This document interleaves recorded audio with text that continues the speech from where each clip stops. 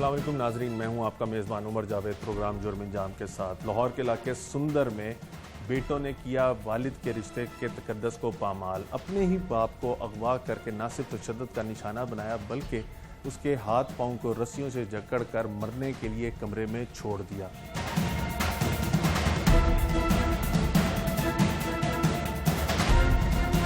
किस्मत अच्छी थी कि पुलिस को इतला मिल गई और उस बंदे को बाजियाब करा लिया गया। बेटों ने ये इंतहाई कदम क्यों उठाया और अब बाजियाब होने के बाद वो अपने बच्चों के हवाले से और इंसाफ के लिए क्या कहते हैं और ये सारे वाक़या जो पेश आए इसके पीछे मुहरिकात क्या हैं, ये तमाम चीज़ें जानेंगे आज के प्रोग्राम जुर्म इंजाम में।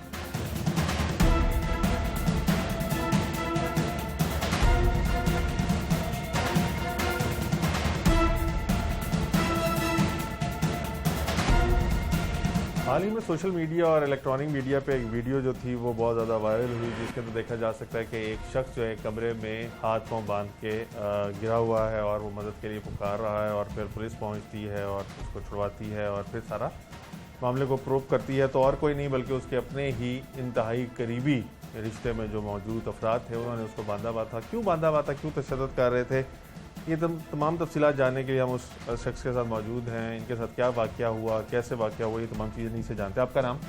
मोहम्मद फरियाद। फरियाद कहाँ के रहने वाले? मालवे सर। क्या करते हैं?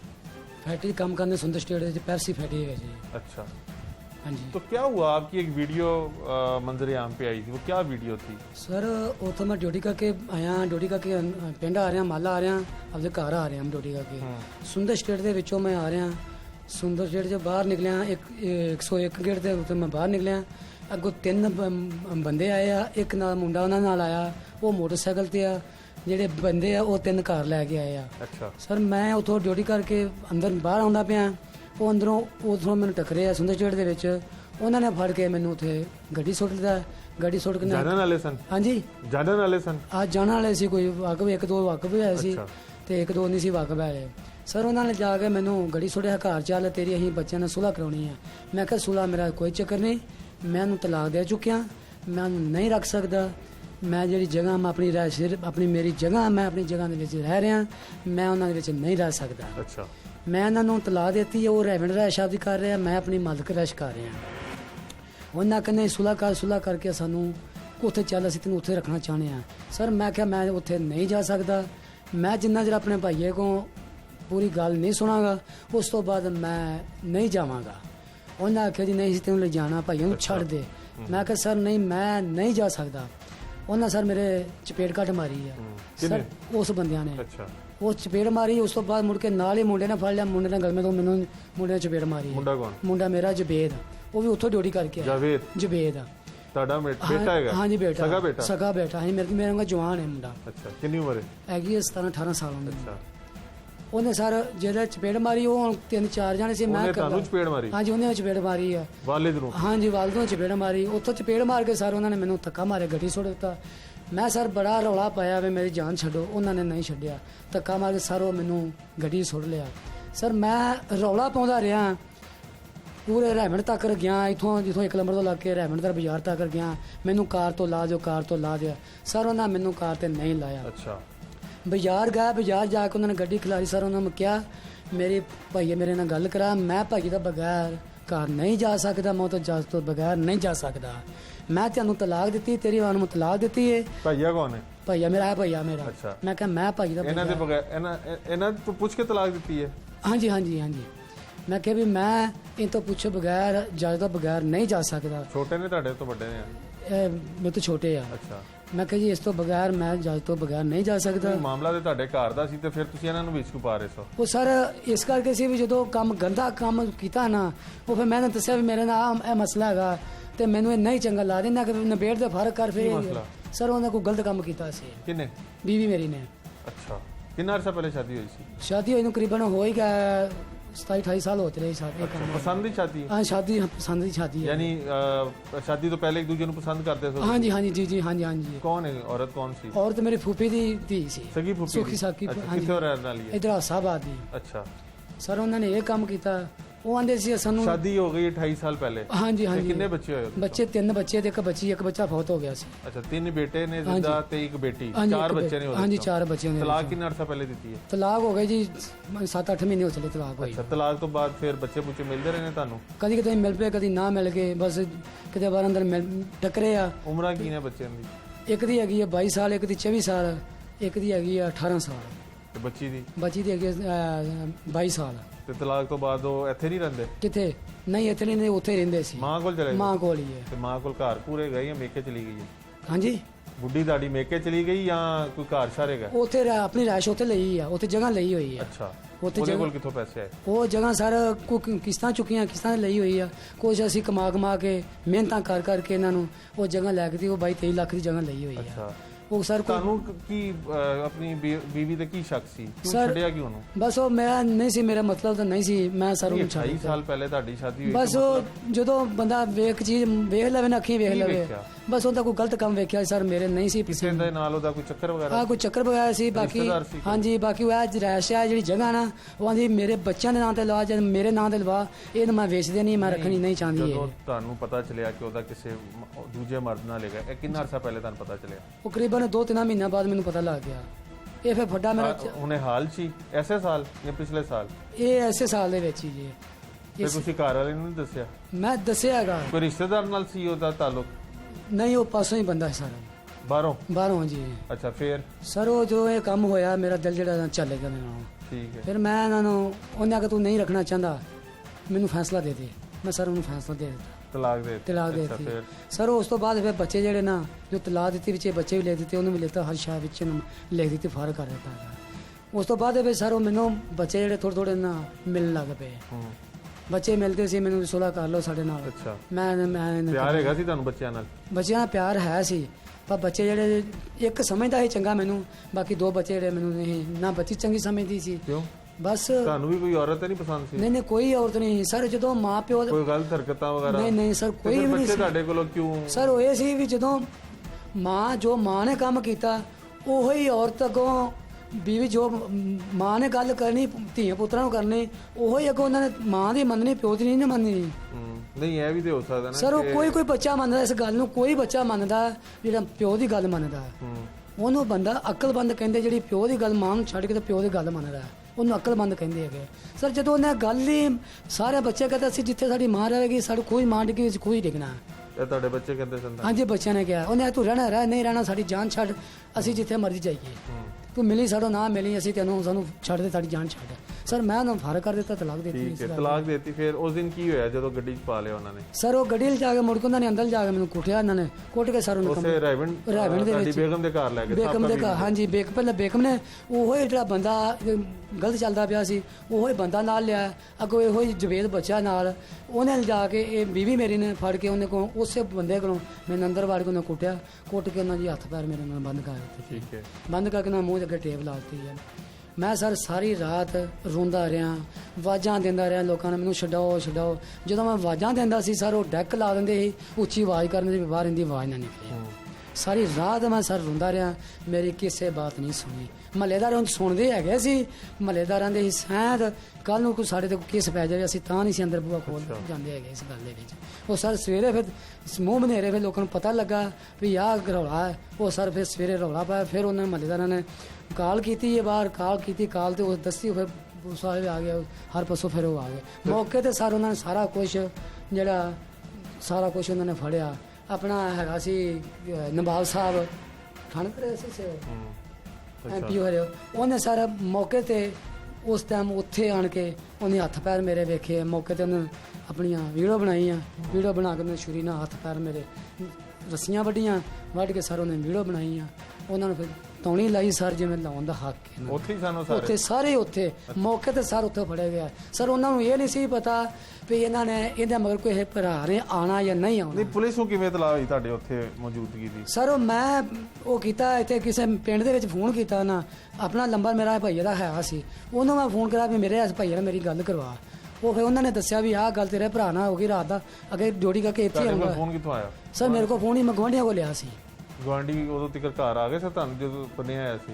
ਸਰ ਉਹ ਸਵੇਰੇ ਦਿਨ ਚੜ੍ਹਦਾ ਪਿਆ ਜਿਸ ਟਾਈਮ ਸ਼ਾਮ ਵੀ ਮਾੜਾ ਤੜਕੇ ਦਾ ਕੋਈ 5 ਸਾਢੇ 4 ਵਜੇ ਦਾ ਕੰਮ ਹੈ ਜਿਸ ਟਾਈਮ ਤੇ ਇਹ ਸਰ ਉਹ ਆਏ ਆ ਅੱਛਾ। ਉਹਨੇ ਆਣ ਕੇ ਔਰਤ ਨੇ ਸਰ ਮੈਨੂੰ ਵੇਖਿਆ ਮੇਰਾ ਸਰ ਸਾਹ ਜਿਹੜਾ ਸੁੱਕਾ ਪਿਆ ਸੀ ਸਰ ਉਹਨੇ ਮੈਂ ਜਾਲੀ ਦੇ ਵਿੱਚ ਜਾਲੀ ਤੋੜੀ ਤੁਸੀਂ ਹੈ ਪੁੱਛਿਆ ਨਹੀਂ ਉਹਨਾਂ ਕੋਲੋਂ ਕਿ ਕਿਉਂ ਮਾਰੀ ਜਾ ਰਹੇ ਹੋ, ਕਿਉਂ ਕੀ ਸਰ ਉਹ ਆਂਦੇ ਸੀ ਸਾਨੂੰ ਥਾਂ ਲਿਖ ਕੇ ਦੇ ਆ ਗੂਠਾ ਲਾ ਕੇ ਦੇ ਇਹ ਘਰ ਆ ਘਰ ਲਾ ਕੇ ਦੇ ਅਸੀਂ ਇਹਨੂੰ ਕਿੰਨੀ ਵੇਚਣਾ ਜਗ੍ਹਾ ਹੈਗੀ ਘਰ? ਇਹ 3 ਮਰਲੇ ਸਾਰਾ ਹੈਗੀ ਆ ਕਿੰਨੇ ਦੀ ਹੋਏਗੀ?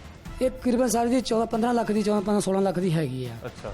ਤੇ ਸਰ ਮੈਂ ਨਹੀਂ ਦਿੰਦਾ ਪਿਆ ਮੈਂ ਕਿਹਾ ਜੀ ਮੇਰੇ ਮਾਂ ਪਿਓ ਦੀ ਜਾਇਦਾਦ ਮੈਂ ਨਹੀਂ ਵੇਚਣੀ ਕਿੰਨਾ ਅਰਸਾ ਪਹਿਲੇ ਖਰੀਦੀ ਜਗ੍ਹਾ? ਇਹ ਸਰ ਜੀ ਮੁੱਲ ਨਹੀਂ ਖਰੀਦੀ ਸਾਡੇ ਮਾਂ ਪਿਓ ਨੇ ਜਿਹੜਾ ਹਿੱਸਾ ਆਇਆ ਨਾ ਸਾਨੂੰ ਅੱਜ ਉਹ ਹਿੱਸਾ ਆਇਆ ਮੇਰਾ ਖਾਲੀ ਤੁਹਾਡਾ ਹਿੱਸਾ? ਹਾਂਜੀ ਸਾਡਾ ਖਾਲੀ ਅਸੀਂ 9 ਭਾਈ ਆ 9 ਭਾਈਆਂ ਸਾਡੇ ਹਿੱਸਾ ਆਇਆ ਸਾਡਾ ਉਹ ਹਿੱਸਾ ਮੇਰੇ ਇਹ ਕੋਲ ਘਰ ਖਾਲੀ ਤੁਹਾਡਾ ਹੈਗਾ ਹਾਂਜੀ ਜਾਂ 9 ਭਰਾਵਾਂ ਦਾ? ਇਹ ਨਹੀਂ ਜੀ ਖਾਲੀ ਮੇਰੇ ਕੱਲੇ ਦਾ ਤੇ ਫਿਰ ਉਹ ਤੁਸੀਂ ਕਹਿੰਦੇ ਹੋ ਕਿ ਜਿਹੜਾ ਗ੍ਰਾਈਵਿੰਡ ਵਾਲਾ ਘਰ ਹੈ ਉਹ ਵੀ ਤੁਸੀਂ ਪੈਸੇ ਜੋੜ ਕੇ ਕਿਸ ਤਰ੍ਹਾਂ ਸਰ ਚੁੱਕ ਦਿੱਤੀ? ਉਹ ਦਿੱਤਾ ਉਹ ਵੀ ਦਿੱਤਾ ਤੇ ਫਿਰ ਇਹ ਘਰ ਕਿਉਂ ਲੈਣਾ ਚਾਹੁੰਦੇ ਸਨ? ਸਰ ਉਹ ਆਂਦੇ ਸੀ ਵੀ ਅਸੀਂ ਇਹਨੂੰ ਇਹ ਕਿਸੇ ਪਾਸੇ ਨਾ ਕਿਸੇ ਪਾਸੇ ਬਾਅਦ ਸ਼ਾਦੀ ਕਰਾਵੇ ਆਪਦੀ ਨਾ ਕਿਸੇ ਭਰਾਵਾਂ ਜੋਗਾ ਰਹਿ ਜਾਏ ਨਾ ਕਿਸੇ ਪਾਸੇ ਰਹਿ ਗਏ ਅਸੀਂ ਇਹਨੂੰ ਮਾਰ ਕੇ ਅਸੀਂ ਸਾਰੇ ਨੂੰ ਕਿਸੇ ਪਾਸੇ ਅਸੀਂ ਥਾਂ ਤੇ ਲਾ ਦਈਏ ਜਿਹੜੇ ਨਹੀਂ ਤੂੰ ਹੀ ਨਹੀਂ ਬਾਹਰ ਨਿਕਲੇ। ਪਰਚਾ ਵਗੈਰਾ ਕਰਾਇਆ ਤੁਸੀਂ? ਪਰਚਾ ਕਰਵਾਇਆ ਹਾਂਜੀ ਕਿਹਦੇ ਖਿਲਾਫ ਕਰਾਇਆ?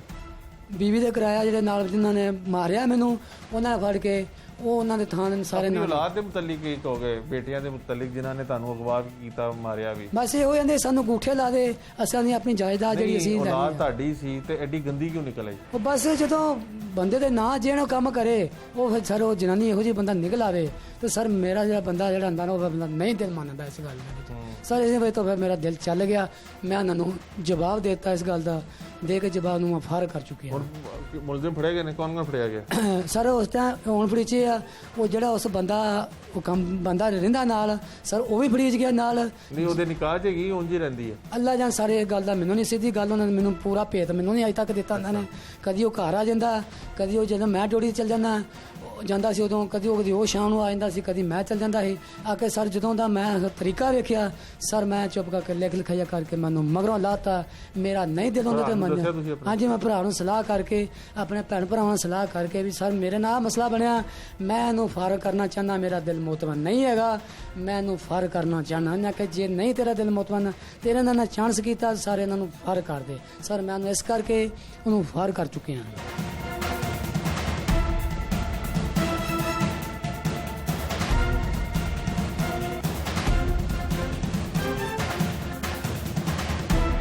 इसने जाली फाड़ी है या बाहर की औरत जा रही उसने इसकी आवाज़ सुनी उसने जाली फाड़ के इससे पूछा तुम कौन हो? इसने बोला जी मैं फरियाद मैं इधर का रहने वाला हूँ ये मेरे साथ तशद्दुद कर रहे हैं ये मेरी जेब में कार्ड इस पर मेरे भाई का नंबर लिखा हुआ है ये साथ विंडो के साथ उसने जाली में हाथ डाल के इसकी जेब में से कार्ड निकाला है वहाँ पे मेरा नंबर लिखा हुआ था। उसने मुझे कॉल की है सुबह तकरीबन 6 बजे मैंने कहा तेरे भाई के साथ ऐसे कर रहे हैं उसको मार रहे हैं बहुत उसके साथ तशद्दुद कर रहे हैं तो जाओ उसका पता करें। मैं कहा ठीक है। उसी वक्त मैं गया हूँ जाके तकरीबन 1 घंटे बाद मैंने 15 पे कॉल करके पुलिस को साथ लिया और लड़के साथ लिए जाके उनको मौके पे जो ना पकड़ लिया पकड़ के जनाब इसको इसकी हालत देखिए जनाब इसके पसीना वगैरह ये तकरीबन 1 आधा घंटा और नहीं जाता ये ऐसे खुद ही मर जाता उसे मौके सब इंस्पेक्टर नवाज साहब थाना रेमंड से मेरे साथ गए उन्होंने जनाब पूरी नफरी के साथ गए जाकर उन्होंने इसको खोला पानी शानी पिलाया मुजरम को उसी वक्त पकड़ के वो थाने ले गए। क्या लगता है आपको कि आपके भतीजों ने ये सारा कुछ क्यों किया? इसी ये वो कहे उनका मकसद ये था कि हम तो उधर चले गए ये जो इसका घर है इसको बेच देते हैं अपने नाम लगा लेते हैं उसको इसको यही कहते थे कि भाई ये जो ना जगह बेच दो हमें पैसे दे दो और सर इसके साथ पहले भी जो है ना कई बार उन्होंने ये मामला किए हैं इसके साथ ज्यादती करते थे कभी मारा इधर कभी उधर ये बेचारा शरीफ आदमी है तो जनाब इसी चक्कर में थे कि इसको बेच देते हैं पैसे हमारे पास आ जाए ठीक है।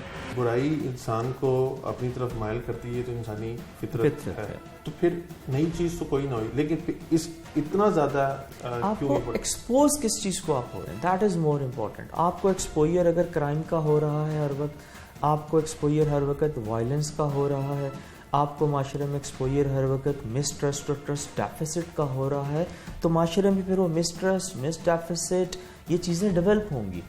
अगर आज जो ड्रामे जितने भी टीवी के ऊपर पोर्ट्रे किए जाते हैं उनको अगर आप गौर से देखें तो उसमें एक थीम बड़ा हाईलाइट किया जाता है वो ये किया जाता है the parents don't have the trust on their children, the wife don't have the trust on the husband don't have the trust on the wife or even the daughters. So وہ ہم mistrust اور trust deficit اپنے ڈراموں کے through اپنی youth کو بھی اپنی فیملیز کو بھی دکھا رہے ہیں.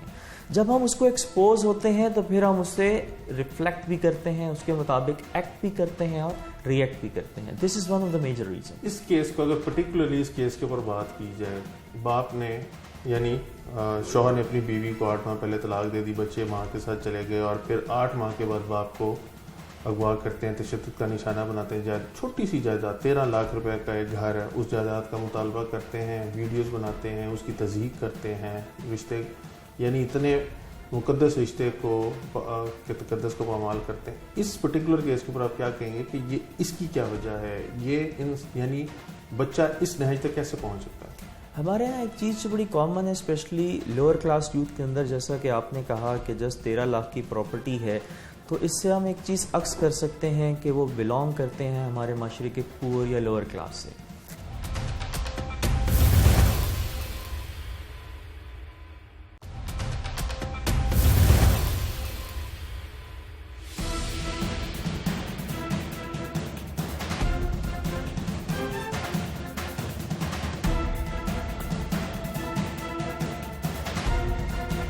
ਤੁਸੀਂ ਇਹਨਾਂ ਦੇ ਛੋਟੇ ਭਾਈ ਹੋ ਵੱਡੇ ਭਾਈ ਹੈ ਨਾ? بڑے بھائی ہیں یہ جی میرا آپ کیا کرتے ہیں؟ میں کھیتی باڑی کرتا ہوں. آپ کو کیسے پتا چلا کہ آپ کے بھائی کو انہوں نے باندھا ہوا ہے اور تشدد کر رہے ہیں؟ یہ سر مسئلہ ایسے ہوا کہ یہاں پہ انہوں نے اس پہ تشدد کر رہے تھے نا, ساتھ ایک ونڈو لگی ہوئی تھی, اس کی جالی اس نے پھاڑی ہے. کس نے؟ اس نے جالی پھاڑی ہے, یا باہر کی عورت جا رہی اس نے اس کی آواز سنی, اس نے جالی پھاڑ کے اس سے پوچھا تم کون ہو؟ اس نے بولا جی میں فریاض میں ادھر کا رہنے والا ہوں, یہ میرے ساتھ تشدد کر رہے ہیں, یہ میری جیب میں کارڈ, اس پہ میرے بھائی کا نمبر لکھا ہوا ہے. یہ ساتھ ونڈو کے ساتھ اس نے جالی میں ہاتھ ڈال کے اس کی جیب میں سے کارڈ نکالا, وہاں پہ میرا نمبر لکھا ہوا تھا. اس نے مجھے کال کی ہے صبح تقریباً 6 بجے, نے کہا تیرے بھائی کے ساتھ ایسے کر رہے ہیں, اس کو مار رہے ہیں بہت, اس کے ساتھ تشدد کر رہے ہیں, تو وہ جاؤ اس کا پتہ کریں. میں کہا ٹھیک ہے. اسی وقت میں گیا ہوں, جا کے تقریباً 1 گھنٹے بعد میں نے 15 پہ کال کی, کال کر کے پولیس کو ساتھ لیا اور لڑکے ساتھ لیے, جا کے ان کو موقع پہ جو نا پکڑ لیا. پکڑ کے جناب اس کو جس کی حالت دیکھی ہے جناب, اس کے پسینہ وغیرہ, یہ تقریباً 1-آدھا گھنٹہ اور نہیں جاتا, یہ ایسے خود ہی مر جاتا. اسے موقع سب انسپیکٹر نواز صاحب تھانہ ریمنڈ سے میرے ساتھ گئے, انہوں نے جناب پوری نفری کے ساتھ گئے, جا کے انہوں نے اس کو کھولا, پانی شانی پلایا, مجرموں کو اسی وقت پکڑ کے وہ تھانے لے گئے. کیا لگتا ہے آپ کو کہ آپ کے بھتیجوں نے یہ سارا کچھ کیوں کیا؟ یہ وہ کہ ان کا مقصد یہ تھا کہ ہم تو ادھر چلے گئے, یہ جو اس کا گھر ہے اس کو بیچ دیتے ہیں, اپنے نام لگا لیتے ہیں, اس کو یہی کہتے تھے کہ بھئی یہ جو ہے نا جگہ بیچ دو, ہمیں پیسے دے دو.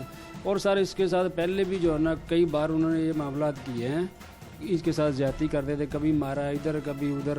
یہ بیچارہ شریف آدمی ہے, تو جناب اسی چکر میں تھے کہ اس کو بیچ دیتے ہیں, پیسے ہمارے پاس آ جائیں. ٹھیک ہے. انہوں نے آپ کو بتایا تھا کہ ایسے بیٹے کر سکتے ہیں؟ کبھی ان کو شک تھا اپنے بچوں میں؟ نہیں, ایسا تو یہاں پہلے لڑائی جھگڑا کافی دیر پہلے بھی ہوا ہے. ٹھیک ہے. اس کو 2-3 دفعہ انہوں نے مارا ہے, ہم نے سمجھایا بھائی بیٹا یہ تمہارا باپ ہے, ایسے غلط بات ہے. ٹھیک ہے جی, آئندہ نہیں کریں گے. ٹھیک ہے. اس دفعہ انہوں نے اخیر کر دی اپنے گھر میں جناب, انہوں نے فرش توڑ کے کھڈا بھی نکالا ہے, بازار سے شاپر بھی لے کے آئے ہیں, محلے والوں سے جو ہے نا کھرپا وغیرہ لے کے آئے کھڈا نکالنے کے لیے کہ بھائی اس کو نا مار کے ادھر ہی جو نا دفن کر دیں گے. اسی گھر میں؟ اسی گھر میں. اچھا. کھڈا بھی ہم نے دیکھ لیا, سبل وغیرہ, اور شاپر بڑا لے کے آئے جس میں اس کو لپیٹنا ہے. سارا کچھ جو ہے نا پولیس نے خود دیکھا ہے. اب ان کے بیٹے وغیرہ پکڑے گئے ہیں سر؟ ہاں جی, وہ پکڑے گئے. وہ کیا کہتے ہیں؟ ملے ان سے آپ لوگ پکڑے جانے جی کے؟ بالکل, میں نے خود پکڑا ان کو جا کے ساتھ. کیا کہتے ہیں؟ میں نے پوچھا ہاں بھی یہ کیوں معاملہ کیا ہے؟ وہ جی ہمارے پاس نہیں آتا تھا, جو ہمیں کہتے جگہ بیچ دے, جگہ نہیں بیچتا تھا. پہلے تو مان رہے تھے, ہم نے کیا ہی نہیں ہے جی. پھر جو پولیس نے تشدد وغیرہ کیا, پھر مانے جی اس جگہ کی خاطر ہم نے سب کچھ کیا ہے. اور پولیس نے ادھر منایا کہ کیوں کیا ہے, ان کا جی یہ اس جگہ کے لیے گئے جو ہمیں دیتا نہیں ہے. اولاد ایسا کیوں کرے گی جائیداد کے پیچھے؟ اور جائیداد بھی اتنی تھوڑی سی ہے, آپ یہ کہہ رہے ہیں 13-14 لاکھ روپے, کیوں کرے گی؟ سر کیا کہہ سکتے ہیں. نہیں, اولاد یعنی والدین تو بچوں کے لیے ہر چیز سے اوپر ہوتے ہیں جی, اور بچے جو ہیں وہ اپنے والدین کو یعنی ہر بندے کی اپنے اپنے تجربات ہیں، لیکن والدین کے لیے بچوں کے دل میں نہ صرف عزت ہوتی ہے، انتہا سے زیادہ پیار ہوتا ہے. تو کیا آپ کو کیا سمجھ آتی کہاں پہ کمی رہ گئی کہ ان کی اپنی سگی اولاد ان پہ تشدد کرتی رہی اور اب اغوا کر لیا 13-14 لاکھ روپے کے گھر کے پیچھے، یا اس کے علاوہ کوئی اور وجہ ہو سکتی ہے؟ نہیں سر، وہ کوئی وجہ نہیں ہے. اصل میں سر وہ اس کے کام جو نا اچھے نہیں تھے. ٹھیک ہے، یہاں پہ بھی جب رہتی تھے پہلے ادھر رہتے تھے، وہ غلط کام کرنے، کوئی اور غیر مردانہ تو ہم نے دیکھ لینا تو اس میں کہنا بھائی یہ کام غلط ہے.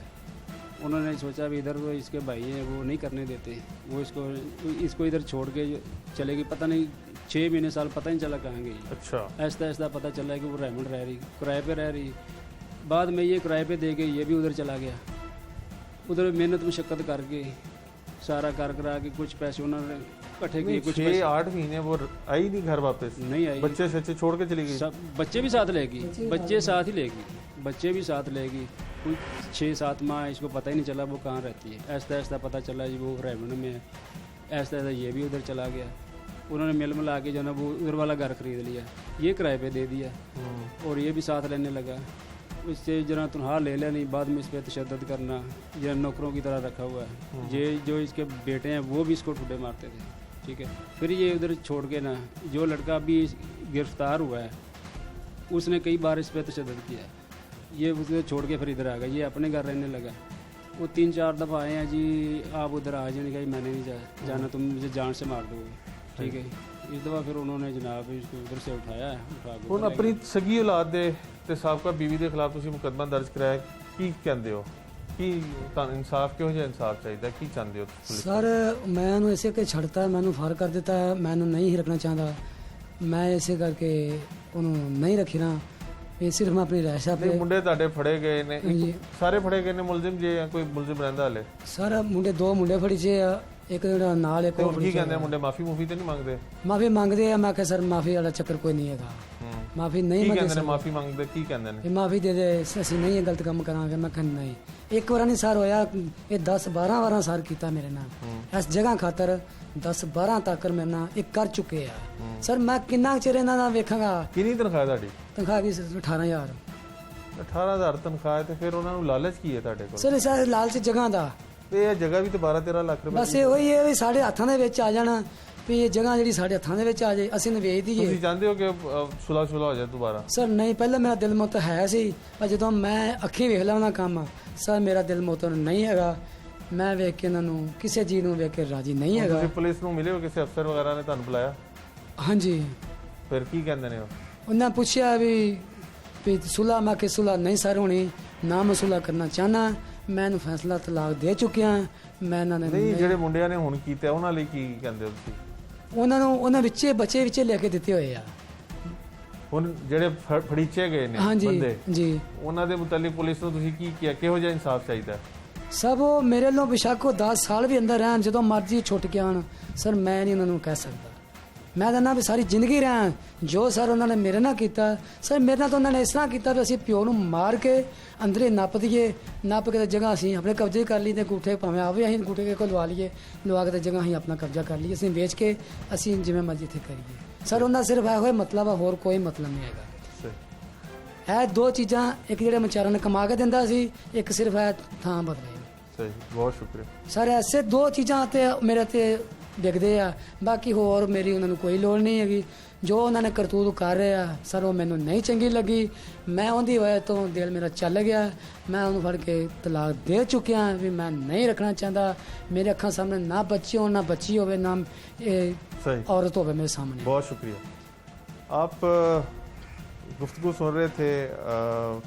सगे बाप को औलाद ने मारा है और इनके मुताबिक क्योंकि इन्होंने अपनी बीवी को रंगे हाथों पकड़ा था दूसरे मर्द के साथ ताल्लुक़ में, उसके बाद तलाक दे दी और बच्चों ने माँ के साथ रहने को प्रेफर किया और उसके बाद 8-9 महीने से वो अलहदा रह रही थी. लेकिन इस घर के अंदर जहाँ पे बैठे हम ये इंटरव्यू कर रहे हैं, इस घर की मालियत इनके बकौल तकरीबन 13-14 लाख रुपए 3 मरले की जगह ये घर हथियाने के लिए सगी औलाद ने सरे बाज़ार अपने बाप को अगवा किया और उसके बाद ले जाके 1 रोज़ तक तशद्दुद का निशाना बनाते रहे. इनकी खुशकिस्मती है जिस तरह से ये बता रहे हैं कि कोई मोहल्लेदार वहाँ से गुजरे, उन्होंने इनको बांधी भी, यानी इनके हाथ पांव बांधे हुए थे, उस हालत में देखा, पुलिस को इतला दी, पुलिस मौके पर पहुंची और इनको बाजियाब करा लिया गया.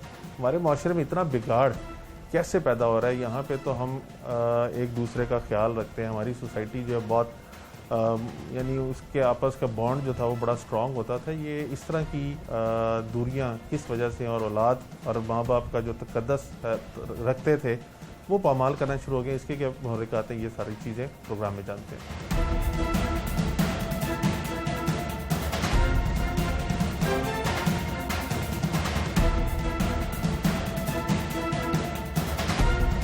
बुराई इंसान को अपनी तरफ माइल करती है तो इंसानी फितरत है।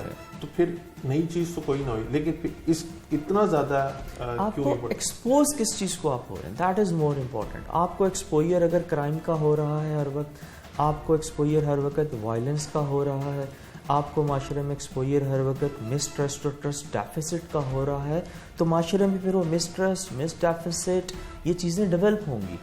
अगर आज जो ड्रामे जितने भी टीवी के ऊपर पोर्ट्रे किए जाते हैं उनको अगर आप गौर से देखें तो उसमें एक थीम बड़ा हाईलाइट किया जाता है। वो ये किया जाता है, the parents don't have the trust on their childrens, the wife don't have the trust on the husband don't have the trust on the wife और इवन द डॉटर्स। सो वो हम मिसट्रस्ट और ट्रस्ट डेफिसिट अपने ड्रामों के through अपनी youth को भी अपनी फैमिलीज को भी दिखा रहे हैं। जब हम उसको एक्सपोज होते हैं तो फिर हम उससे रिफ्लेक्ट भी करते हैं, उसके मुताबिक एक्ट भी करते हैं और रिएक्ट भी करते हैं। This is one of the major reason. इस केस को अगर पर्टिकुलरली इस केस के ऊपर बात की जाए, बाप ने यानी शौहर ने अपनी बीवी को 8 माह पहले तलाक दे दी, बच्चे माँ के साथ चले गए और फिर 8 माह के बाद बाप को अगवा करते हैं, तशद्दुद का निशाना बनाते हैं। छोटी सी जायदाद 13 लाख रुपए का एक घर है, उस जायदाद का मुतालबा करते हैं, वीडियोस बनाते हैं, उसकी तज़हीक करते हैं, रिश्ते यानी इतने मुकद्दस रिश्ते को तकद्दस को पामाल करते हैं। इस पर्टिकुलर केस के ऊपर आप क्या कहेंगे कि ये इसकी क्या वजह है, ये यानी बच्चा इस नहज तक कैसे पहुंच सकता है? हमारे यहाँ एक चीज़ जो बड़ी कॉमन है स्पेशली लोअर क्लास यूथ के अंदर, जैसा कि आपने कहा कि जस्ट 13 लाख की प्रॉपर्टी है, तो इससे हम एक चीज़ अक्स कर सकते हैं कि वो बिलोंग करते हैं हमारे माशरे के पुअर या लोअर क्लास से।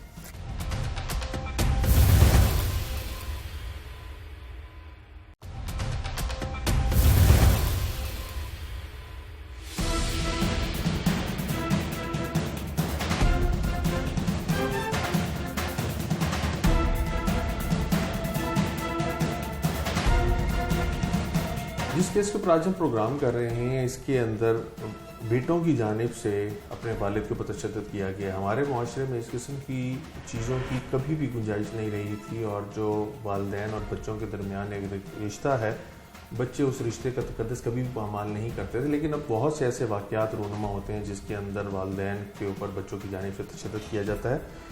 ये इतनी तेज़ी से हमारे जो तमीज़ और तहज़ीब की गिरावट है, इसकी क्या वजह है? इसको जानने के लिए हमारे साथ फ़ारूक साहब मौजूद हैं जो सोशियोलॉजिस्ट हैं। इनसे जानने की कोशिश करेंगे कि ये जो माशरे के अंदर एक इतनी बड़ी चेंज आ रही है, इसकी क्या वजह है और ये बड़ी ख़तरनाक तक बढ़ती भी जा रही है। फ़ारूक साहब, एक तो वक्त के लिए बहुत शुक्रिया।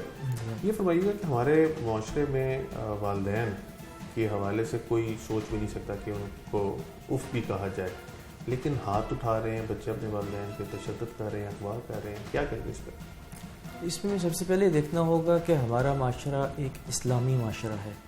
इस्लाम में वालिदैन का बहुत मकाम है। हमारे सामने बहुत सी अहादीस और आयात हैं जिनमें वालिदैन के एहतराम के हवाले से और उनको उफ़ कहने के हवाले से भी क्वेश्चन मार्क है बहुत बड़ा, और कहा गया तुम्हारी माँ की खिदमत जन्नत है, और बाप की खिदमत का भी कहा गया। अनफॉर्चुनेटली हम अगर अपने माशरे को गौर से देखते हैं तो वक्त के साथ साथ हम इस्लाम से दूर होते जा रहे हैं, हम नेचर से फितरत से दूर होते जा रहे हैं। उसके बाद जो मगरबी यलगार थी और वहाँ का जो फैमिली सिस्टम ब्रेक डाउन हुआ, उसने बहुत ज़्यादा अफेक्ट किया हमारी सोसाइटी को। हमने उसके बाद अब हम देखें अपने मीडिया की तरफ, तो हमारा मीडिया किस किस्म के प्रोग्राम नशर करता है, किस किस्म की थीम्स हमारे ड्रामों के अंदर पोर्ट्रे किए जाते हैं, और फिर जो क्राइम के प्रोग्राम दिखाए जाते हैं डिफरेंट मीडिया चैनल्स के ऊपर, वो सारे के सारे रिफ्लेक्ट करते हैं कुछ ऐसे बिहेवियर्स को, कुछ ऐसे पैटर्न्स को, कुछ ऐसे एंटी सोशल बिहेवियर्स को जो हमारी यूथ न सिर्फ देखती है बल्कि उसे एब्जॉर्ब करती है, फिर उसके मुताबिक रिफ्लेक्ट और रिएक्ट करती है। सो हमें देखना होगा कि हम अपने माशरे में अपने बच्चों को हम कौन सी तालीम दे रहे हैं। तालीम स्कूल के लेवल के ऊपर, यूनिवर्सिटी के लेवल के ऊपर, घर के अंदर, unfortunately with the passage of time ہوا یہ کہ ہمارے جو پیرنٹس تھے میل اور فیمیل دونوں ہی جاب مارکیٹ کی طرف موو کر گئے. پاورٹی اس کا ایک بہت بڑا ریزن تھی, لیونگ اسٹینڈرڈ کو ریز کرنا اس کا ایک بہت بڑا ریزن تھا, بچوں کو اچھی تعلیم دینا ایک بہت بڑا ریزن تھا. تو وہ ایک جو پرورش اور سوشلائزیشن جو فیملی کرتی تھی, خاص طور پہ ماں اور وہ گھر کا ماحول, اور اسی کے ساتھ ہمارے ہاں جوائنٹ فیملی سسٹم جو آہستہ آہستہ بریک اپ ہو کے نیوکلیر فیملی میں کنورٹ ہوتا چلا گیا, اور پھر نیوکلیر فیملی میں بھی کلیشز آنے شروع ہوئے. And with the passage of time if we see, تو ریسنٹلی ہمارے ہاں ڈائیورس ریٹ بہت زیادہ تیزی سے بڑھ رہا ہے. اگر ہم پاسٹ میں دیکھیں تو ہمارے ہاں ڈائیورس کو گالی سمجھا جاتا تھا, اور یہ ان امیجنیبل اور ان تھنکیبل تھا کہ آپ کا فیملی سسٹم بریک اپ ہو یا فیملی ریلیشن یا فیملی بانڈ ٹوٹ جائے. بٹ آج شاید یہ کلچر بنتا جا رہا ہے, اور یہ اوور آل ہماری سوسائٹی میں ایک ایکسیپٹنس آ گئی ڈائیورس کے لیے, جس کی وجہ سے بچوں کی جو تربیت ہونی تھی, وہ بروکن فیملیز کی پریزنس, سنگل پیرنٹ فیملیز کا ہونا, اس سب نے افیکٹ کیا ہمارے معاشرے میں, ہمارے فیملی. ہمارے ایک چیز بڑی تیزی سے جو آئی ہے اس کیس کے اندر بھی وہ ریفلیکٹ کرتی ہے کہ خاتون جو تھی, یعنی جس شخص کو بچوں نے اغوا کر کے تشدد کا نشانہ بنایا ہے, اس کا کہنا ہے کہ اس کی بیوی کے ناجائز تعلقات تھے اور وہ کافی عرصے سے چلے آ رہے تھے, لیکن اس نے اس کو, عورت کو ابھی 8-9 مہینے پہلے رنگے ہاتھوں پکڑا, اس کے بعد اس نے طلاق دے دی, اور بچے جو تھے وہ اپنی ماں کے ساتھ چلے گئے. حالانکہ بچے چھوٹی عمر کے نہیں ہیں, 26, 24 اور 18 سال ان کی عمریں ہیں. وہ اپنی ماں کے ساتھ چلے گئے اور انہوں نے ماں کے اوپر یہ کیا. تو یہ ناجائز رشتے, اور پھر اس کے بعد ہمارے جو فیملی سٹرکچر ہے اس کا بریک ہونا, اور پھر اس قسم کی عادات اور حرکات ہونا, اس کے اوپر آپ کیا کہیں گے؟ اگر ہم تھوڑا سا پیچھے چلے جائیں کچھ ڈیکیڈز پہلے, کچھ دہائیاں پہلے, تو ہم دیکھتے ہیں کہ ہمارا جو فیملی سسٹم تھا اس کا بانڈیج بہت زیادہ مضبوط تھا, سوشل سپورٹ چینل بہت اسٹرانگ تھے, فیملی ممبرز ایک دوسرے کو ٹائم دیتے تھے. بٹ گلوبلائزیشن کے آنے سے, ماڈرنٹی کے آنے سے, انڈسٹریلائزیشن کے آنے سے ہمارا فیملی سسٹم سب سے زیادہ افیکٹ ہوا. جیسے میں نے آپ سے پہلے کہا کہ women participation in the job market جو وہ انکریز ہوئی ہے, بچوں کی سوشلائزیشن افیکٹ ہوئی ہے, کیونکہ ہم نے بچوں کو گھر میں چھوڑ دیا میڈس کے اوپر. اب میڈز ان کی پرورش کرتی ہیں. جہاں تک بات رہی جو آپ نے اس سوال کا جو میجر پارٹ تھا وہ تھا ناجائز تعلقات کے حوالے سے, ہم انفلوئنس کہاں سے ہو رہے ہیں ہمیں یہ دیکھنا ہے, ہمارا نالج کہاں سے آ رہا ہے ہمیں یہ دیکھنا ہے, ہمارے میڈیا پہ جو پروگرامز دکھائے جاتے ہیں, جو ڈراماز دکھائے جاتے ہیں, اس کے تھیم, اس کے ایجنڈاز کہاں سے آ رہے ہیں ہمیں یہ دیکھنا ہے. جب میں اپنے معاشرے کو دیکھتا ہوں تو مجھے لگتا ہے شاید ہمیں یہ سب کچھ ایک سوچے سمجھے منصوبے کے تحت دیا جا رہا ہے. اور اس کی وجہ یہ ہے کہ ہمارے ہاں ماڈرنٹی آنا, اور ہمارے ہاں لائکنگ ہے towards the Europe and the America. ہم ان کی ویلیوز کو, ان کے کلچر کو اڈاپٹ کرنا چاہتے ہیں, فالو کرنا چاہتے ہیں. اگر ہم اپنی ڈشز میں دیکھیں تو وہاں پہ بھی آپ کو نظر آئے گا برائی انسان کو اپنی طرف مائل کرتی ہے, تو انسانی فطرت ہے. تو پھر نئی چیز تو کوئی نہ ہوئی, لیکن اس اتنا زیادہ آپ کو ایکسپوز کس چیز کو آپ ہو رہے ہیں, دیٹ از مور امپورٹنٹ. آپ کو ایکسپوئر اگر کرائم کا ہو رہا ہے ہر وقت, آپ کو ایکسپوئر ہر وقت وائلنس کا ہو رہا ہے, آپ کو معاشرے میں ایکسپوئر ہر وقت مس ٹرسٹ اور ٹرسٹ ڈیفیسٹ کا ہو رہا ہے, تو معاشرے میں پھر وہ مس ٹرسٹ, مس ڈیفیسٹ, یہ چیزیں ڈیولپ ہوں گی. اگر آج جو ڈرامے جتنے بھی ٹی وی کے اوپر پورٹری کیے جاتے ہیں ان کو اگر آپ غور سے دیکھیں تو اس میں ایک تھیم بڑا ہائی لائٹ کیا جاتا ہے. وہ یہ کیا جاتا ہے the parents don't have the trust on their childrens, the wife don't have the trust on the husband, the husband don't have the trust on the wife اور ایون دا ڈاٹرز. سو وہ ہم mistrust اور trust deficit اپنے ڈراموں کے through اپنی youth کو بھی, اپنی فیملیز کو بھی دکھا رہے ہیں. جب ہم اس کو ایکسپوز ہوتے ہیں تو پھر ہم اس سے ریفلیکٹ بھی کرتے ہیں, اس کے مطابق ایکٹ بھی کرتے ہیں اور ریئیکٹ بھی کرتے ہیں. This is one of the major reason. اس کیس کو اگر پرٹیکولرلی اس کیس کے اوپر بات کی جائے, باپ نے یعنی شوہر نے اپنی بیوی کو 8 ماہ پہلے طلاق دے دی, بچے ماں کے ساتھ چلے گئے, اور پھر 8 ماہ کے بعد باپ کو اغوا کرتے ہیں, تشدد کا نشانہ بناتے ہیں. چھوٹی سی جائیداد 13 لاکھ روپے کا ایک گھر ہے, اس جائیداد کا مطالبہ کرتے ہیں, ویڈیوز بناتے ہیں, اس کی تصدیق کرتے ہیں.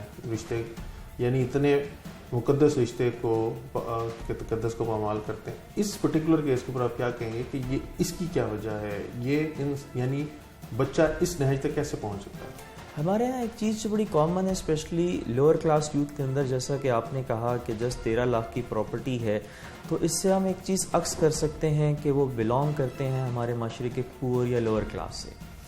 وہاں پہ جو لوور کلاس یوتھ ہوتی ہے، وہ چاہے 24 سال کی تھی، چاہے 22 سال کے بچے تھے، ان کے اندر ایک چیز تھی کہ اکنامک سیکیورٹی. اب جب فادر نے طلاق دے دی، وہ اپنی ماں کے ساتھ چلے گئے، تو سروائیول کے ایشوز ڈیولپ ہو گئے. ماں کے پاس ریسورسز ہیں یا نہیں ہیں، so they have to look towards the father. جب فادر وہ ریسورسز نہیں دے گا، کیونکہ بچے مدر کے ساتھ چلے گئے، اور ہماری سوسائٹی میں عموماً ایسا ہوتا ہے نہیں دیے جاتے، کورٹ کے تھرو پہ ریلیفس لیے جاتے ہیں اور بینیفٹس لیے جاتے ہیں.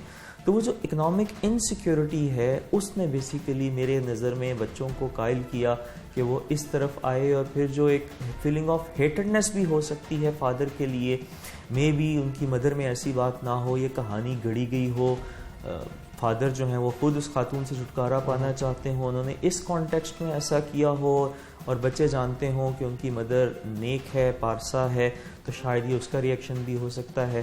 اس کے بعد اکنامک انسیکیورٹی بھی ایک ریزن ہو سکتی ہے جس کی وجہ سے سب کچھ ہو سکتا ہے. جو لوور کلاس یوتھ بہتری کیسے لائی جا سکتی ہے؟ اس کے لیے ہمیں رول پلے کرنا ہوگا اپنے پیرنٹنگ انوائرمنٹ کو بہتر کر کے، بچوں کی سوشلائزیشن اچھی کر کے. ہمیں اپنے فیملی سسٹم کو مضبوط کرنا ہوگا. اگر ہم یورپ کو دیکھیں تو وہ دوبارہ وہاں پہ فیملی سسٹم ریوائیو ہو رہا ہے، اور ہم ڈکلائن کی طرف جا رہے ہیں. They are moving again towards the family system. میں آج اگر اپنی یوتھ کو دیکھتا ہوں، فیملی ریلیشنز کو دیکھتا ہوں اپنی سوسائٹی میں، تو میں شاید اس نتیجے پہ پہنچتا ہوں کہ آج ہم پریفر کرتے ہیں اپنے فرینڈس کے ساتھ، اپنے کولیگس کے ساتھ، اپنے کلاس فیلوز کے ساتھ آؤٹنگ کرنا، شاپنگ کرنا، as compare to the family. تو وہ ایک جو ڈسٹینس آ گیا ہے پیرنٹس میں اور فیملی میں، اور اس میں ٹیکنالوجی نے بہت اہم رول پلے کیا. We have the technology in our hands. اب اپنی ٹیکنالوجی میں مصروف ہیں، بزی ہیں، انٹرنیٹ کنیکشنز ہیں، no one has time for other. اس کی وجہ سے آپ تو جو پیرنٹنگ سٹائل ہے، ایک تو ہمیں اس کے اوپر فوکس کرنا ہوگا. دوسرا، ہمیں جو ایک چیز بہت امپورٹنٹ ہے وہ ہے کاؤنسلنگ کی. ہمیں سائیکالوجسٹ کی ہیلپ لینی ہے. بہت شکریہ. ماہر عمرانیہ تمہارے ساتھ موجود تھے اور ان کی آپ نے گفتگو سنی. بلا شبہ اس واقعے کے بعد ہمارے معاشرے میں جو پیدا ہونے والا بگاڑ ہے وہ بہت کھل کے یہاں آیا ہے. اور جیسے انہوں نے دوسرا اسپیکٹ بھی دکھایا کہ ہو سکتا ہے کہ عورت کے اندر ایسی کوئی برائی نہ ہو، لیکن شوہر نے اس کو ایسے پورٹریٹ کیا اور بچوں نے اس پہ تشدد کیا. لیکن ان اینی کیس باپ کے اوپر اس طرح سے تشدد کرنا اس چیز کو واضح کرتا ہے کہ ہمارے بچوں کی پرورش جو ہے وہ ٹھیک نہیں ہو رہی. کہیں نہ کہیں پہ کوئی نہ کوئی لوپ ہول ہے جس کی وجہ سے بچوں کے اندر اتنا بگاڑ آ رہا ہے کہ وہ والد جیسے ایک معزز اور محترم رشتے کی تمیز کرنا بھی بھول گئے، اور نہ صرف سر بازار بھی اس کو تشدد کا نشانہ بنایا، پھر گھر جا کے بھی اس کو تشدد کا نشانہ بنایا، اور اس کی ویڈیو بھی منظر عام پہ آئی. جس کے اوپر تشدد ہوا ہے وہ تو یہی کہتا ہے کہ اس نے اپنی بیوی کو طلاق دے دی تھی، اور بچوں نے صرف اس طلاق کا اور جو گھر ہے وراثتی گھر اس کو ہتھیانے کے لیے سارا کچھ کیا. لیکن پولیس نے ملزمان کو گرفتار کر لیا، تحقیقات ہو رہی ہیں اور قانون کے مطابق ان کو سزا بھی ملے گی. لیکن فاروق صاحب کی بات کو پھینکا نہیں جا سکتا. ہمیں اپنے گھر کے اندر بچوں کی تربیت کے اوپر زور دینے کی اچھی ضرورت ہے. آج کے پروگرام ٹیم جرم انجام اور اپنے میزبان عمر جاوید کو اجازت دیجیے.